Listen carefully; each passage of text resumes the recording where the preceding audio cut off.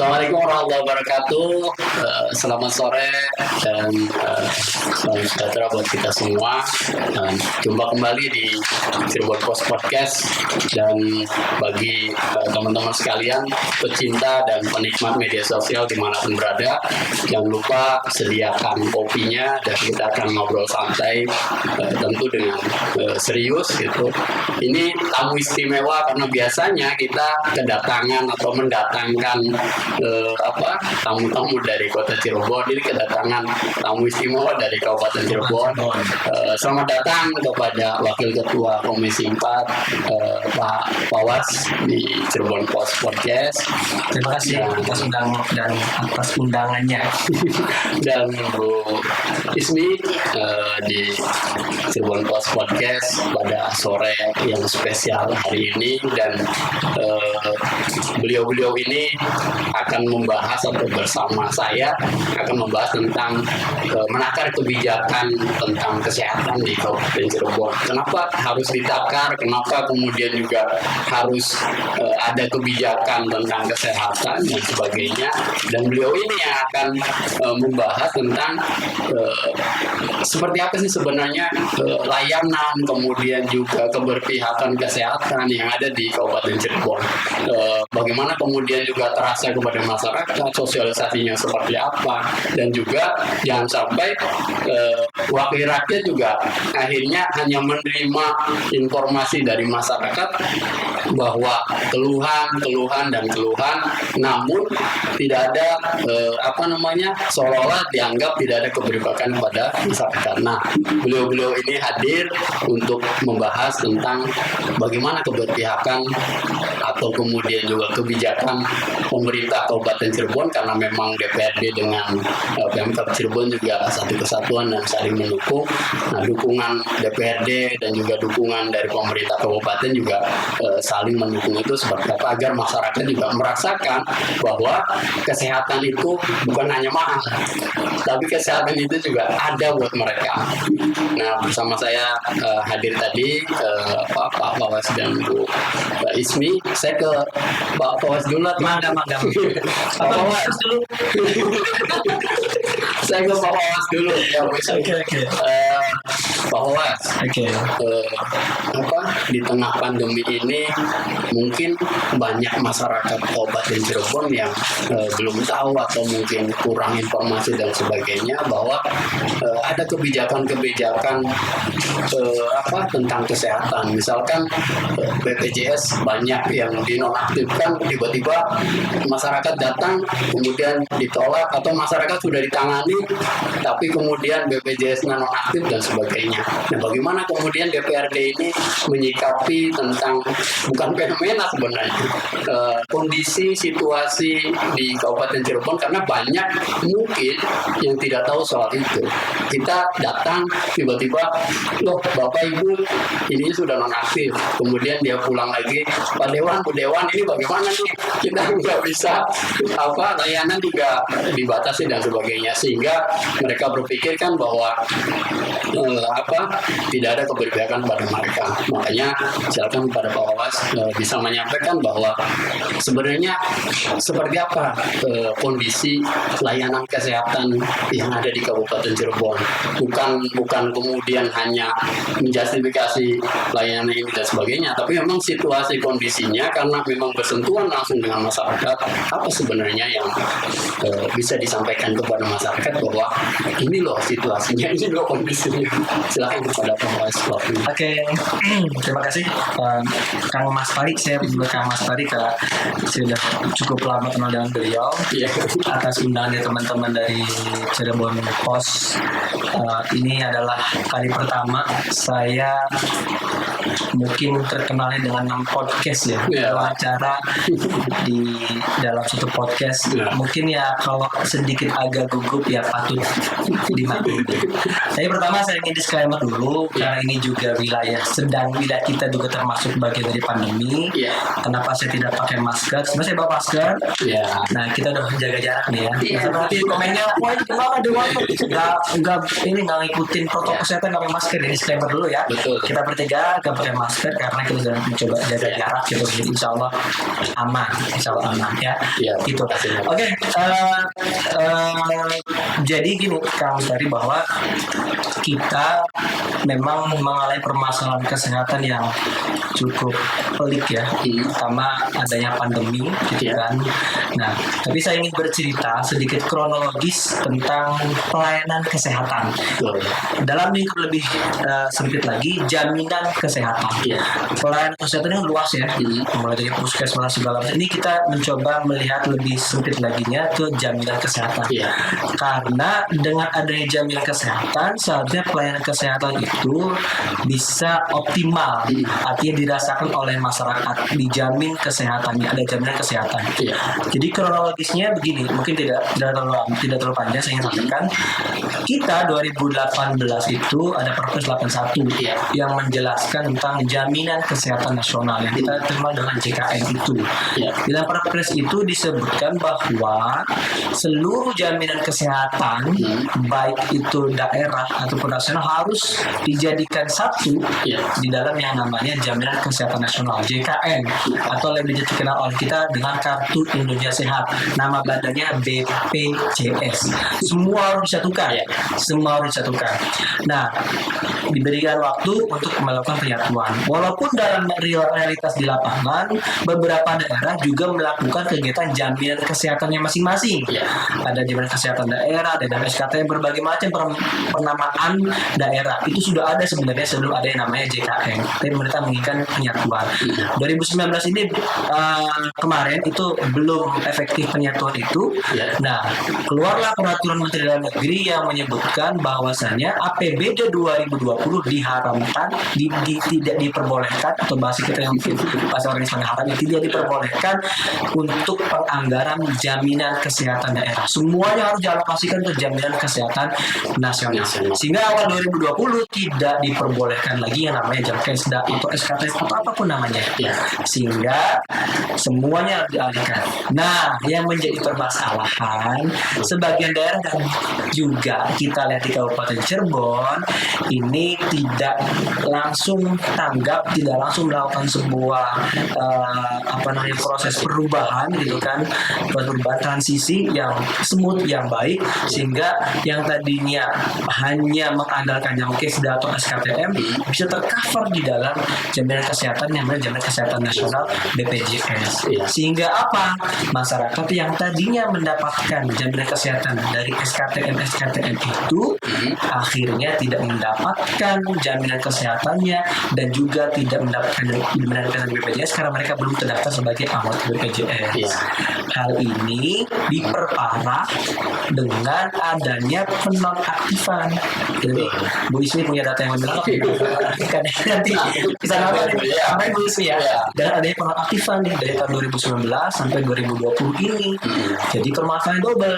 Ada masyarakat yang tadinya mengandalkan Jamkesda atau SKTM, gitu kan. Ada masyarakat yang tadinya punya KIS nggak aktif.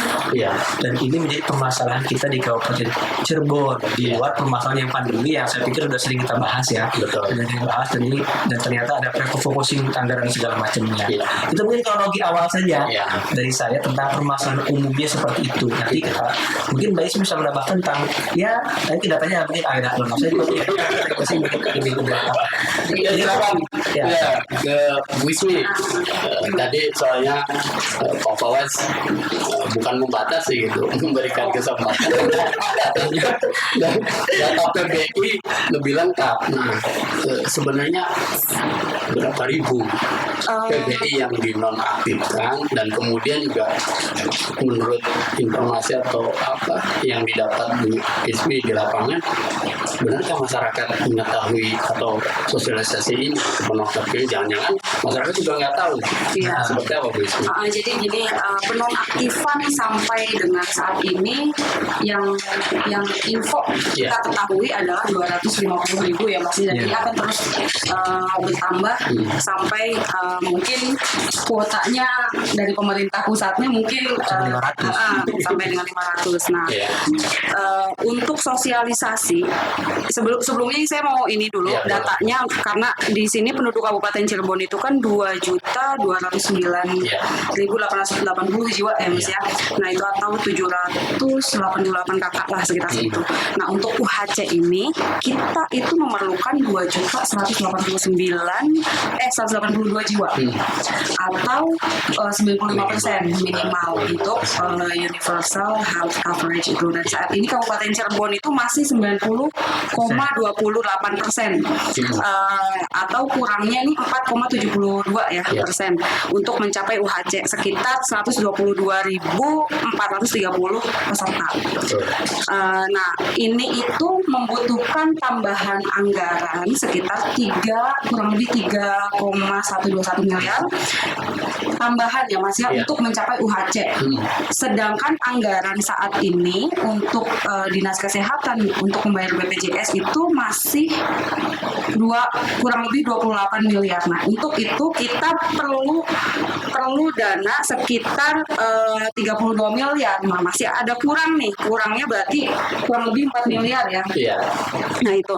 Nah, untuk masyarakat sendiri ini banyak yang masih kaget Mas karena banyak yang ke rumah sakit tapi ternyata udah sampai sana BPJS tidak aktif, akhirnya datang ke kubu, datang ke dewan, akhirnya itu yang jadi masalah. Gitu. Jadi untuk sosialisasi mungkin di sini menuntut peran aktif dari semua stakeholder. Desa, petugas puskesmas, dari dewan juga mungkin ya, udah pasti, dan dari dinas-dinas terkait. Nah itu mungkin tadi ya yang terkait data sih. Tadi dinas sosial itu adalah dinas yang paling garda terdepan untuk mengambil data nih, data-data orang yang tidak mampu atau kita sebut DTKS ya Mas ya. Nah dari mereka juga harus memverify data ke Disdukcapil. Ya. Jadi Disdukcapil ini juga ada perannya untuk menentukan dia adalah DTKS juga. Yang menentukan DTKS adalah dinas sosial. Cuma mereka juga butuh mendata orang-orang yang BDT ya, yang kurang mampu berapa di Kabupaten Cirebon ini berapa. Jadi saling berkelindan ya satu sama lain dinasnya. Itu sih Mas ya.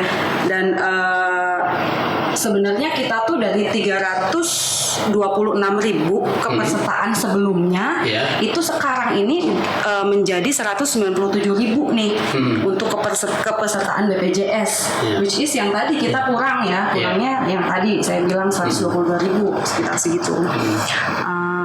Yaitu dan Dinsos sekarang sudah memverify 72% untuk pendataan. Nah, semoga 5% ini segera terpenuhi ya Mas ya, karena kita harapannya untuk UHC ini segera sebelum tahun selesai ya Mas ya. Gitu. Gimana cara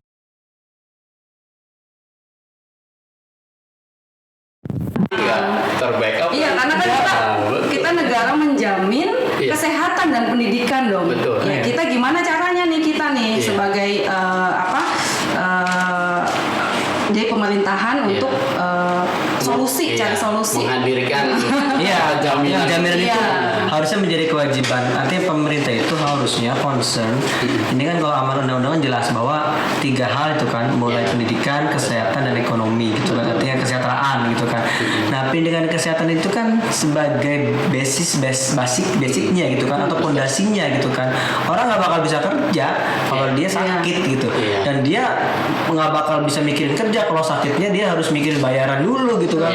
Jadi makin stres, akhirnya sakitnya nambah gitu kan. Tapi kalau pemerintah hadir, bagaimana mereka itu pembayaran jaminan kesehatannya dijamin itu kan, masuk artinya ada jaminan kesehatan yang jelas bagi mereka, minimal mengurangi beban lah gitu kan. Akhirnya kesehatan mereka juga bagus, karena kita kan ya pengapunten, nilai IPM kita kan sebenarnya tidak bagus-bagus amat gitu kan. Nah, harusnya ini menjadi concern pemerintah daerah. Concern pemerintah daerah nih, apalagi di zaman pandemi ini kan artinya kita nggak tahu nih gitu kan. Iya. Ya bisa saja orang akan semakin banyak yang sakit kan. Iya. Bisa saja mungkin bukan karena corona tapi karena mikirin coronanya gitu kan, bisa aja orang banyak mikirin corona Iya, stres, betul. mesti sakit. Ternyata dia nggak punya, Berbahaya, iya. ternyata dia nggak punya jaminan kesehatan kan semakin bertambah Iya. pemikiran mereka. Jadi kita kemarin berharap pemerintah daerah tolonglah ini serius nih. Iya. Nah, kita emang nggak bisa eksekusi, kita hanya mengusulkan. Iya. Karena kita kan salah satu tugasnya ya hanya mengusulkan, itu mengawasi.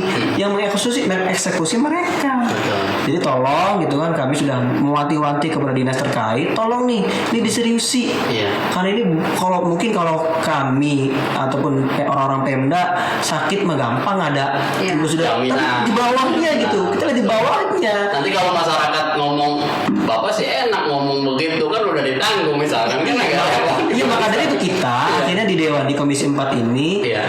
serius mendorong agar ini, saya malah waktu mungkin Mbak Isma juga dengar waktu di rapat dia bilang sebulan bisa nggak? Toh tinggal dananya katanya ada, Iya. dananya katanya ada, bahkan nanti ada kucur dari provinsi ya, ada kucur berapa puluh miliar gitu kan, dana udah nggak jadi pikiran, tinggal datanya siap nggak menyajikan data Iya. yang sekitar 5% itu tambahan 50% itu. Nah artinya kita mendorong banget nih. Tapi ya kembali lagi, kalau ternyata kerja-kerja dari pemerintah daerahnya masih belum, iya masih belum apa namanya cepat gitu kan, masih belum cepat. Ya bagaimana? Tapi insya Allah kita sih yakin, kita husnudzon kepada mereka agar ini akan menjadi concern mereka. Jadi kita akan awasi bersama-sama gitu kan. Gitu. Pak, database ini kan penting tadi nyambung dari Iya. Ismi. Bagaimana kemudian karena concernnya juga kebetulan di Komisi 4 tadi stakeholder juga SKPD juga ada di situ.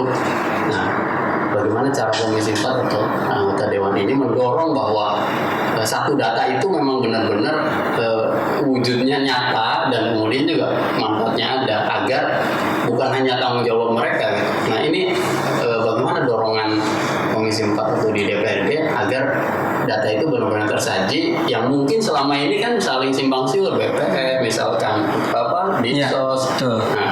Dinkes. Nah ini kebetulan di Komisi 4 ada arah ke sana nggak untuk menyajikan satu data itu. Nah ini menarik. Barusan saja Iya. Pak Bupati di dalam rapat paripurna jawaban atas pemandangan fraksi-fraksi salah satu dari kami, artinya dari DPRD menanyakan tentang bagaimana kesiapan Pemda dalam hal pembagian bansos tahap kedua. Kita tahu tahap pertama ini ya ini dari evaluasi kita bersama-sama gitu kan. Artinya tidak sempurna atau tidak optimal lah. Kalau sempurna sih nggak mungkin, tapi tidak optimal. Banyak salah-salah dan segala macam gitu kan. Ini kita tanyakan Pak Bupati. Apa jawaban Bupati?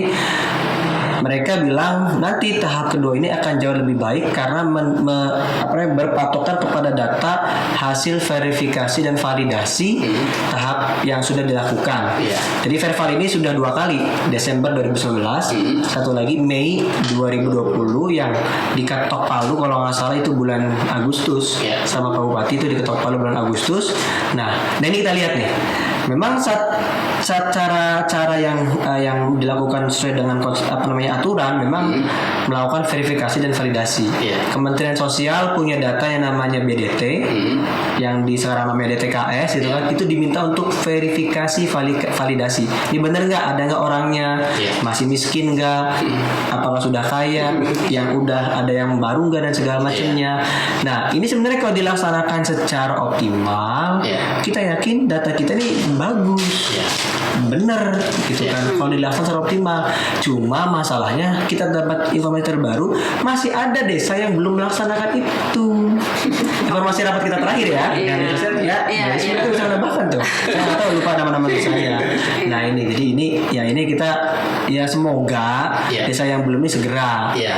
Karena masih ada, kalau ternyata desanya nggak ada, ternyata mereka mengajukan tidak dapat bantuan karena nggak ada data, gimana? Nanti masyarakatnya protes. Iya. Dan yang disalahkan tetap yang di atas karena Ya, Pak Desan iya itu. Jadi itu kan sebenarnya kan puskesosnya melakukan pendataan secara optimal. Alhamdulillah sih udah 90% lebih. Iya. Ada beberapa desa yang masih belum melakukan menyelesaikan pendataannya. Semoga segera selesai. Kita lihat bagaimana nanti pembagian keduanya nih. Kalau ternyata lebih baik berarti bagus, kita dorong lagi. Iya. Kalau ternyata nggak baik, evaluasi lagi. Iya. Ada tambahan Wismi terkait Terkait DTKS itu sebenarnya kita itu Kabupaten Cirebon yang tadi Mas Wasri Iya. bilang Agustus itu sudah verval data, Iya. verifikasi dan validasi data udah klaimnya udah 72% Mas. Iya. Jadi DTKS ini adalah pusat dari data-data penerima bantuan ya. Iya.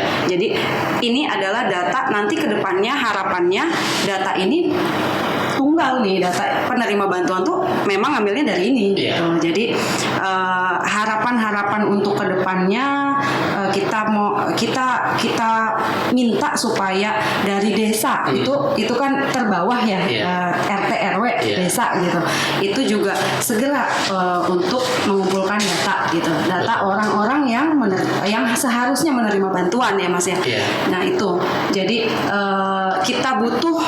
kita tidak mau saling menyalahkan satu sama Betul. lain, tapi ayo kita bergerak bersama-sama, Iya. kita benahi semuanya supaya kedepannya itu jauh lebih baik. Gitu Mas. Pak, ini menarik sebenarnya.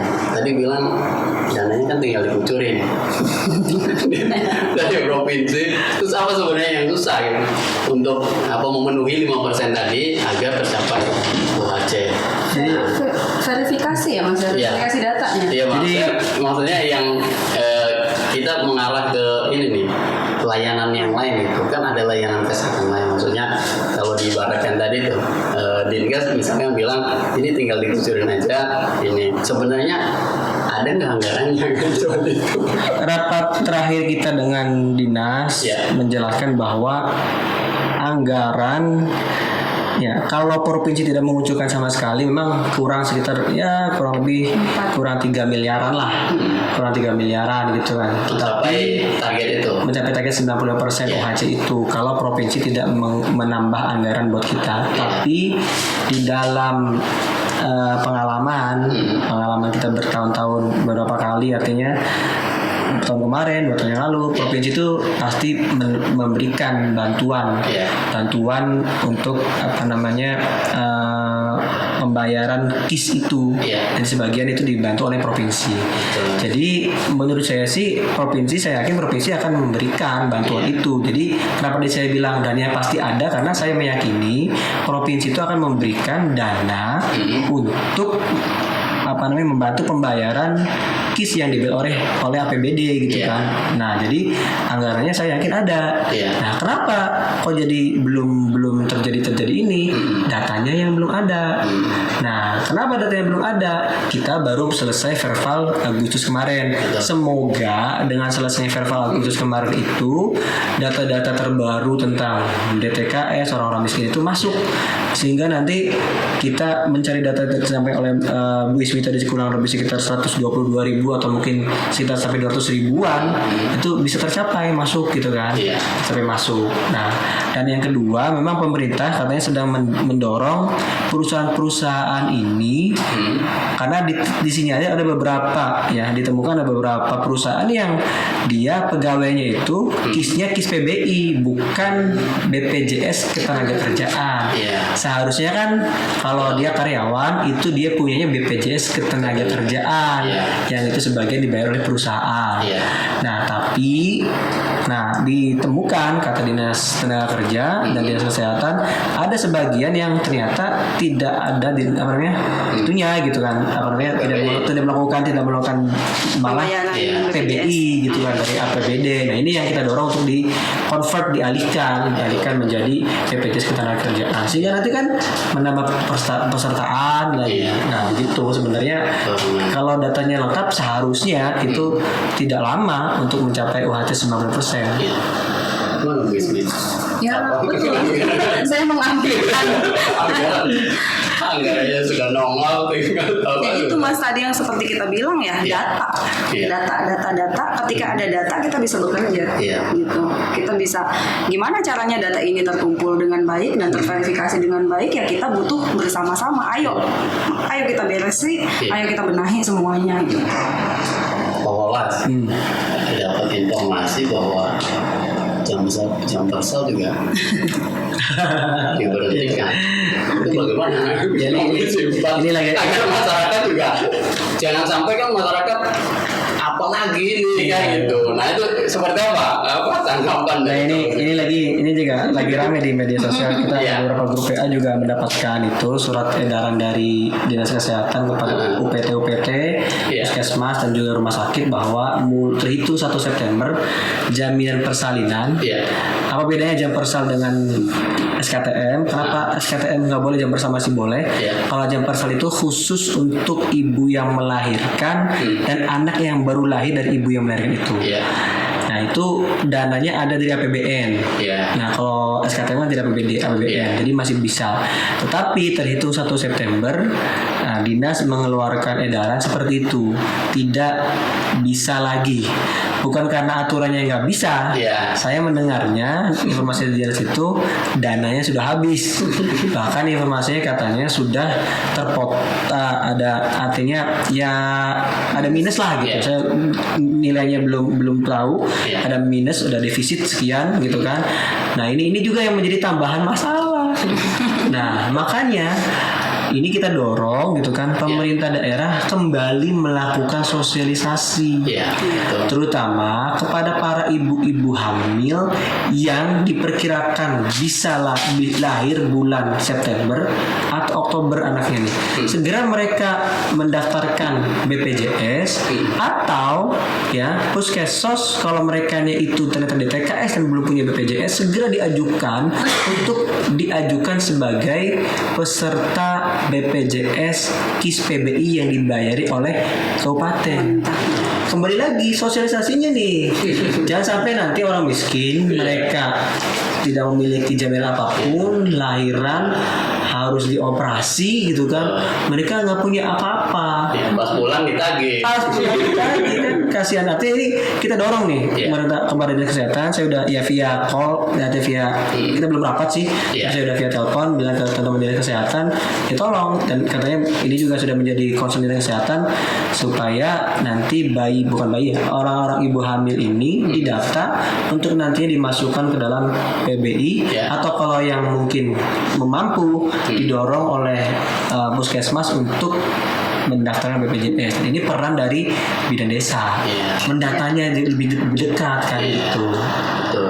Gimana Bu Ismi? Ada tambahan nggak terkait sosialisasi atau edaran? Iya, sosialisasi kan selama ini kan baru-baru ini ya Mas ya, baru-baru ini kita tahu kalau dinas kesehatan itu sosialisasinya via Puskesmas. Iya. Nah, beberapa desa ini tidak tahu awalnya. Ketika disosialisasikan via Puskesmas, kita akhirnya bisa menginfokan ke desa-desa supaya mengecek masyarakat nih, cek nih masyarakat siapa aja yang terputus. Nah, itu segera diaktifasi kembali gitu. Dan untuk desa juga mungkin perbaikan data rutin ya setiap kali ini karena pasti ada yang melahirkan, ada yang meninggal gitu ya. Jadi datanya tuh update. Iya. Itu. Jangan sampai ya yang kan pemerintah juga kalau nggak salah kita ada selisih berapa ribu ya Mas Wawas ya. Sebelum ini nih, sebelum verifikasi ada beberapa ribu selisih yang terdatanya ternyata 197.000 nih, tapi yang realnya 194.000 nih. Ternyata itu tuh adalah orang-orang yang mungkin meninggal belum laporan gitu ya Mas ya. Karena Dukcapil ini kan kerjanya based on laporan. Laporan ini meninggal masyarakat baru update gitu, yang ini melahirkan update gitu. Pak Wawas, ada yang ingin disampaikan nggak di tengah pandemi begini, terus juga kondisi situasi pelayanan kesehatan juga dituntut untuk prima, bukan hanya tadi ya, maksudnya Bu Ismi, Pak Wawas, bahwa bukan hanya mereka yang PBI-nya dinonaktifkan kan, ini juga kepada masyarakat Kabupaten Cirebon keseluruhan yang mungkin mereka juga punya BPJS mandiri, ikut CKN dan sebagainya. Nah, hal agar layanan kesehatan juga mutunya ditingkatkan, jangan sampai ada keluhan ini itu dan sebagainya.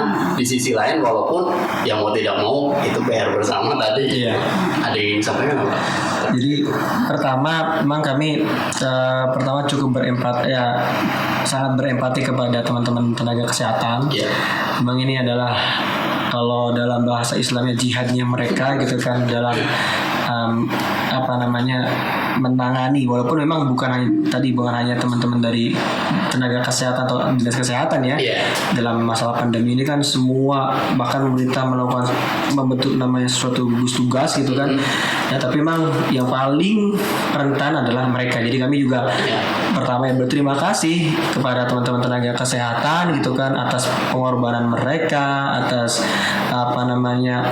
jeripayah mereka gitu kan untuk mengobati orang-orang yang mungkin sedang terkena. Dan kami juga berharap masyarakat ya untuk membantu meringankan tenaga kesehatan ini ya kita patuhi protokol kesehatan lah gitu kan, jaga jarak gitu kan, menggunakan masker setiap keluar dari rumah gitu kan. Dan ini kita harus benar-benar mematuhi itu, karena saya agak cukup mengkhawatirkan dengan kenaikan yang cukup signifikan. Saya pikir kira-kira tadinya Cirebon udah hijau nih. Karena waktu bulan Ramadan itu tinggal 6 kalau nggak salah yang dirawat gitu kan. Waktu itu RSRJ, namun saya tanya, udah nggak ada Pak, udah sembuh. Alhamdulillah. Ternyata setelah ini malah semakin banyak. Dan kita sempat untuk SD juga ya Mas ya, SD untuk pembukaan KBM ternyata akhirnya ditarik kembali gitu kan. Ya karena memang ya kita tidak mau menjadi takut klaster baru gitu kan. Walaupun memang kami juga sangat menghimbau pada masyarakat untuk tidak panik. Itu yang pertama, jangan stres. Jangan sampai stres, panik kita segala macam, karena ini juga ya akan menambah berbagai macam beban gitu kan. Lakukan kegiatan seperti biasa tapi dengan protokol kesehatan gitu, karena ini juga ada imbas ekonomi dan segala macamnya. Ekonomi tetap harus jalan, kesehatan tetap harus bisa dilaksanakan. Nah, terkait pelayanan kesehatan memang di rumah sakit sekarang ini ya yang saya lihat ya, saya beberapa kali kontrol dengan teman komisi 4 di rumah sakit beberapa Mualad, Ajunangun, Mitra, memang ya ada protokol-protokol yang berbeda dengan biasanya. Nah, ini perlu kita maklumi gitu kan. Tapi walaupun kita berharap pelayanan kesehatan tetap menjadi optimal, tidak hanya ini nggak bisa, tapi optimal, memberikan pemahaman kepada masyarakat kalau hal-hal yang tidak boleh seperti apa gitu kan, hal yang tidak bisa seperti apa. Tenaga kesehatan ini atau teman-teman kesehatan ini harus bisa memberikan pemahaman di masyarakat sehingga mereka tidak ngeluh, rumah sakitnya begini gitu kan. Mungkin orang rumah sakitnya juga capek gitu kan. Nah, tapi ya kita berharap tapi ini kembali lagi bukan hanya tugas teman-teman kesehatan. Makanya pimpinan daerah, saya kira Pak Bupati harus menjadi garda terdepan dalam melakukan pembinaan, pengarahan kepada mereka supaya stakeholder semua berjalan. Gitu menurut saya. Mana Bu Isni, ada tambahan nggak? Maksudnya agar kesehatan juga tetap prima di tengah pandemi tadi itu, biar bukan hanya mikirin PBI, misalkan bukan hanya PBI yang terdampak gitu yang dinonaktifkan, tapi juga secara keseluruhan ya tetap ya, karena kita juga kalaupun memang isolasi tadi bahasanya Mas, kalau kita nggak boleh ngapa-ngapain gitu, kalau kitanya lockdown gitu kalau lockdown juga kita imbasnya ke ekonomi ya Mas ya. Jadi sekarang ini kan gimana adaptasi kebiasaan baru aja gitu. Nah, yang saya lihat masyarakat ini masih males ya pakai masker. Itu mungkin masker itu melindungi kita, melindungi orang di sekitar kita. Jadi kalau saya tetap hidup sehat, minum vitamin, jaga jarak, dan jangan lupa masker. Masker ini sekarang tuh obatnya corona lah. Sementara lah sebelum ada yang vaksin atau gimana. Jadi masker itu is a must lah gitu. Jadi mungkin frame-nya begini ya dengan masker ini ya. Saya juga sering pakai masker, mungkin orang barang lihat awas gitu ya. Orang mungkin ada pretensi berpikiran negatif segala. Saya bilang gini, mungkin sampeannya nggak kena corona. Jangan, siapa tahu saya yang kena corona gitu kan. Kalau saya nggak pakai masker, saya hanya bisa bersih sampai ketularan. Jadi saya pakai masker itu melindungi saya, melindungi sampean gitu kan.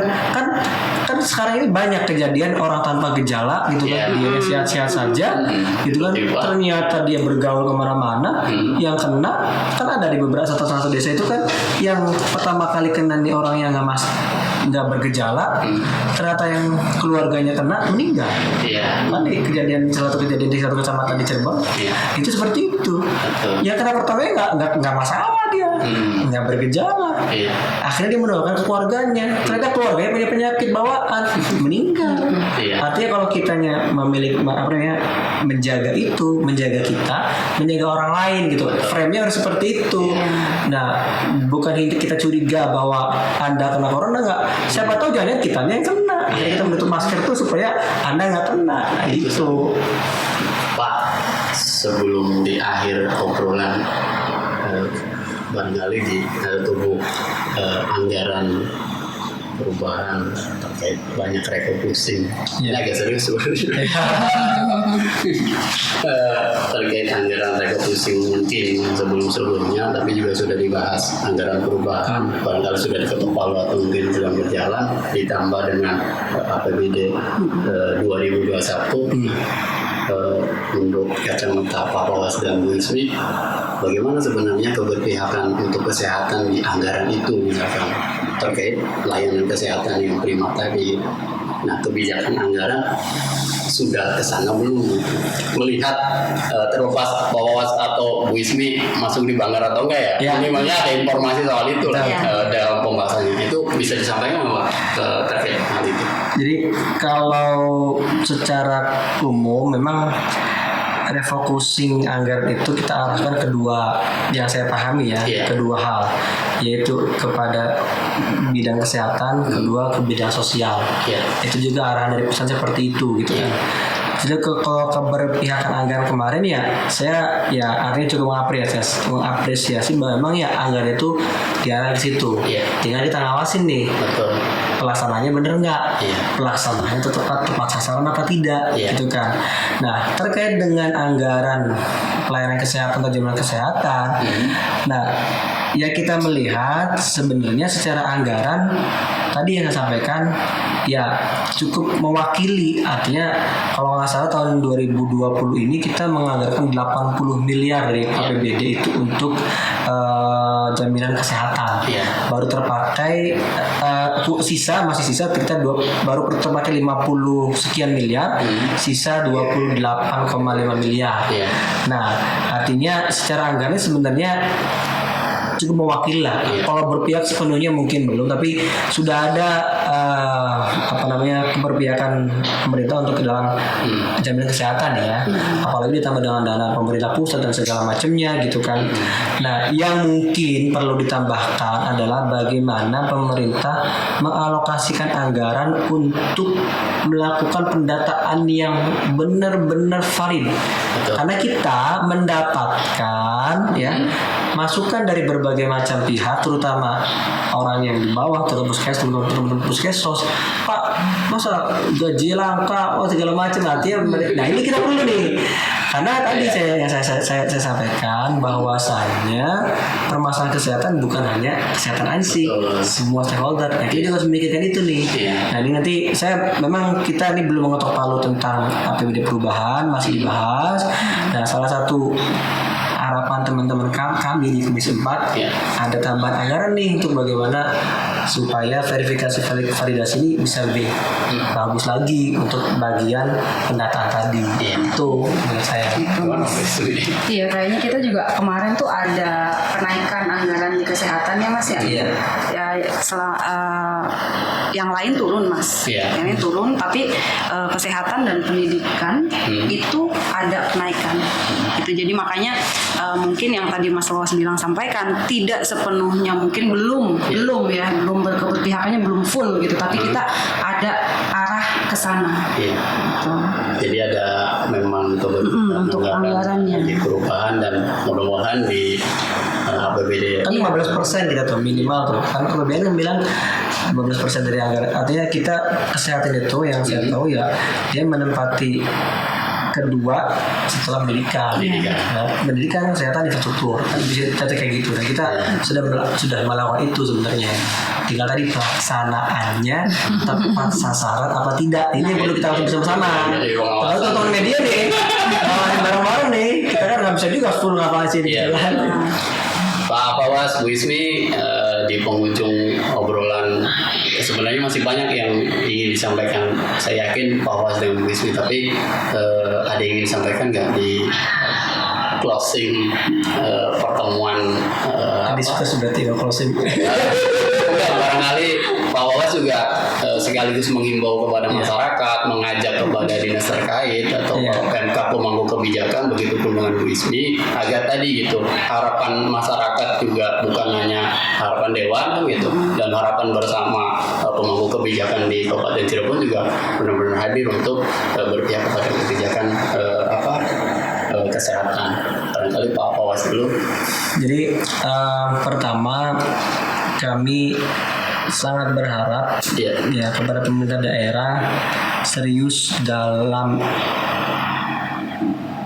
penanganan COVID-19 ini gitu. Artinya bukan hanya anggarannya saja yang membuat, tapi pelaksanaannya juga. Pelaksanaannya juga benar, sesuai gitu kan, dan bagaimana sosialisasi pada masyarakat itu cukup masif.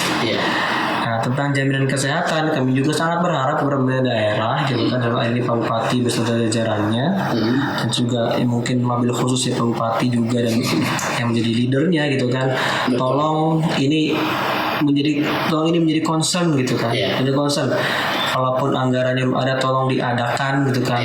Kalaupun provinsi belum ada tolong ditarik, provinsi biasa ada, dan tolong pendataan ini dikawal dengan baik gitu kan. Nah, karena kalau pimpinan itu hadir, saya yakin juga anak buahnya akan melakukan sebuah kerja yang optimal. Jadi kalau kerja tidak diawasi, tidak diarahkan, khawatirnya kerjanya secara pedewek.